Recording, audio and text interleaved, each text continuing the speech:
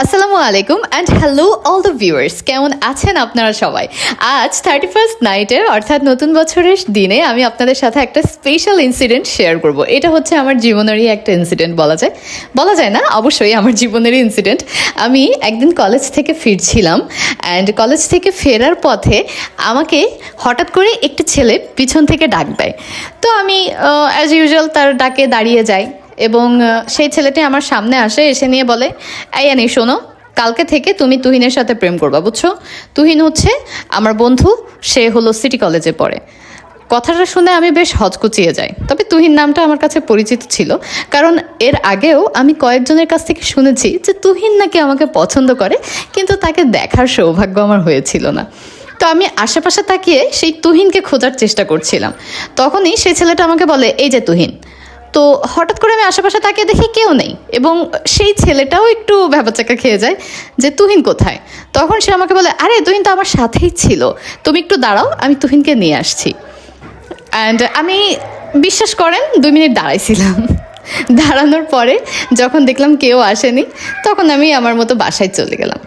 তো সেই তুহিনের সাথে সেই সময়টাতে আমার দেখা না হলেও তার ঠিক 12 বছর পর তুহিনের সাথে আমার দেখা হওয়ার সুযোগ হয়, কথা হওয়ারও সুযোগ হয়, এবং সেই কথা হয়, দেখা হয় ফেসবুকের মাধ্যমেই। তুহিন আবার আমাকে খুঁজে বের করে কোনো এক 31st নাইটেই আমাকে উইশ করে নিউ ইয়ার। অ্যান্ড কোইন্সিডেন্টলি সেই নিউ ইয়ারে কেউ আমাকে উইশ করেনি। সো আমি ভীষণ লো ফিল করছিলাম, এবং সেটা আর কি আমার জীবনের এমন একটা সময় ছিল যে আমি বড় হয়ে যাচ্ছি, বন্ধু বান্ধবের সংখ্যা কমে যাচ্ছে, চাকরি বাকরিতে ঢুকবো, পড়াশোনা শেষ হয়ে যাচ্ছে, সব কিছু মিলিয়ে একটু হতাশার মধ্য দিয়েই যাচ্ছিলাম। তো হঠাৎ করেই যখন 31st নাইটে একেবারে হতাশ হয়েই ঘুমিয়ে যাচ্ছিলাম, তখনই আমার ফোনে একটা মেসেজ টোন বেজে ওঠে, এবং আমি ওপেন করে দেখি তুহিন নামের একজন আমাকে মেসেজ পাঠিয়েছে নিউ ইয়ার উইশ করে। তো আমি, যেহেতু 12টা বেজে গিয়েছিল, 12টার পরে আমি কোনো মেসেজ রিপ্লাই করি না, তখনও করতাম না, তাই আমি কোনো রিপ্লাই করিনি।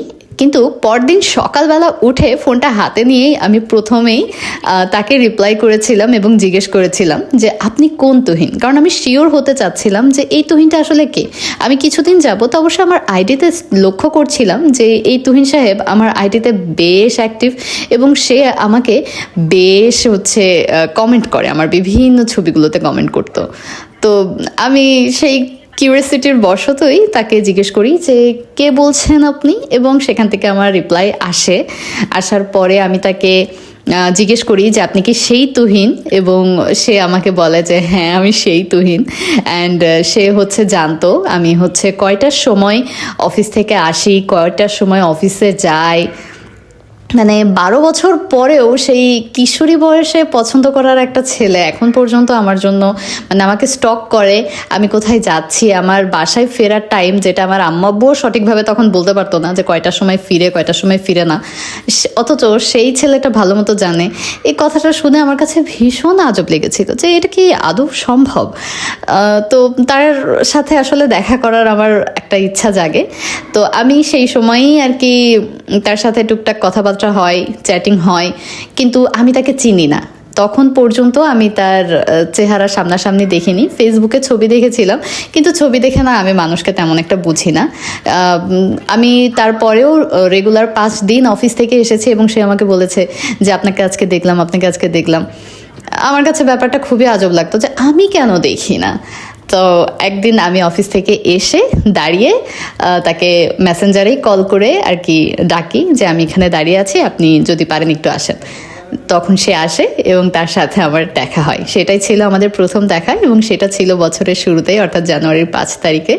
অ্যান্ড এটাই ছিল আমাদের দুজনের একসাথে দেখা হওয়ার একটা মুহূর্ত। অ্যান্ড এইরকমভাবে আসলে সময় যে আমাদের দুজনকে কাছে নিয়ে আসবে, আমার জন্যও কেউ অপেক্ষা করবে, এটা আমার জন্য সত্যি অনেক বড় একটা পাওয়া ছিল। অ্যান্ড আমাকে বলেন আমার কেকটা কেমন হয়েছে। আর এতক্ষণ যারা যারা খুব মনোযোগ দিয়ে আমার গল্পটা শুনলেন, আমার ভিডিওটা দেখলেন, তাদেরকে বলবো যে লাইক কমেন্ট করেন না কেন, শুধু শুধু ভিডিও দেখে চলে যান। যেখানেই যাই সেখানেই দেখি হ্যাঁ নিয়ে তোমার ভিডিও দেখলাম, কিন্তু তাহলে লাইক কমেন্ট কোথায়? সেই তুলনায় তো লাইক কমেন্ট করেন না। ভিডিও যখন দেখেন একটা লাইক করবেন, একটা কমেন্ট করবেন, সুন্দর করে একটা শেয়ার করে দিবেন, অ্যান্ড অবশ্যই কোনো ভুল থাকলে, ভ্রান্তি থাকলে সেটা আমাকে ধরিয়ে দিবেন। আর সবাইকে নতুন বছরের অনেক অনেক শুভেচ্ছা। ধন্যবাদ সবাইকে।